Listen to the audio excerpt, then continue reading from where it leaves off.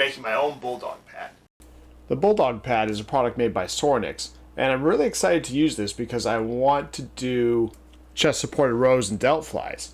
But the cost of this thing, $300. Ugh. So, gonna put it on this post. After picking the spot where I was going to put it, the post itself needed a little more real estate for me to get the screws on there, so I'm putting 2x4s on either side, magically put in. And then just judging the distance where I want it to go. In retrospect, when I was looking at this, I probably could have used a 2x8 instead of sticking 2x4s together, but sometimes you work with what you got, and this worked pretty good. Using Stimpson strong ties to hold those 2x4s together, then I'm going to put those hinges there as the hinge point. This pad I got off an old machine. You can find them at thrift stores. Took that base off, put a little heightener on it.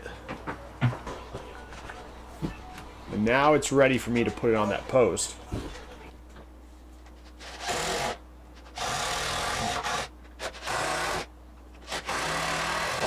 At this point, the pad is where I want it, but it needs to have additional support underneath it to hold my weight. Those hinges and just sitting there like that isn't going to do it. So measure that out, got that cut, put a hinge on the bottom, and as you can see, it folds up nice and good.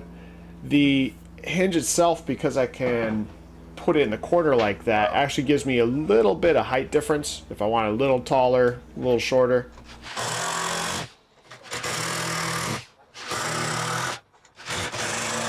And then I came up with this block at the bottom that you can set it down, and when you want to fold it back up, you just set it on the block. It has a little bit of clearance right there, which allows me to kind of store it out of the way when I'm not using it. And there it is.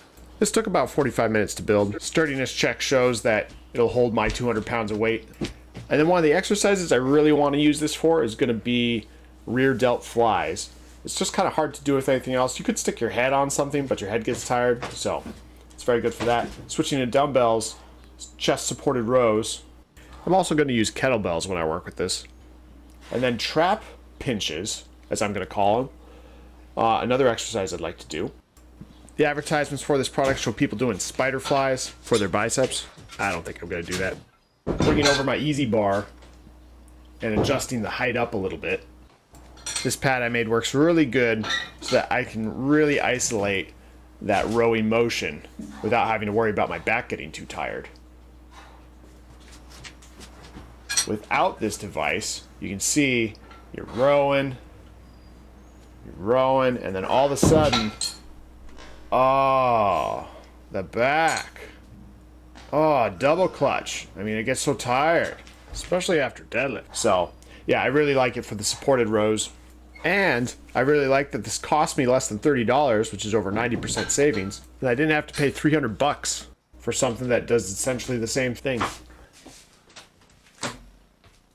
All in all, really happy with how that turned out. One thing I am going to change is that the width of that pad kind of pinches your shoulders a little bit just because of the distance. So I'm just going to rotate it 90 degrees and fix that problem.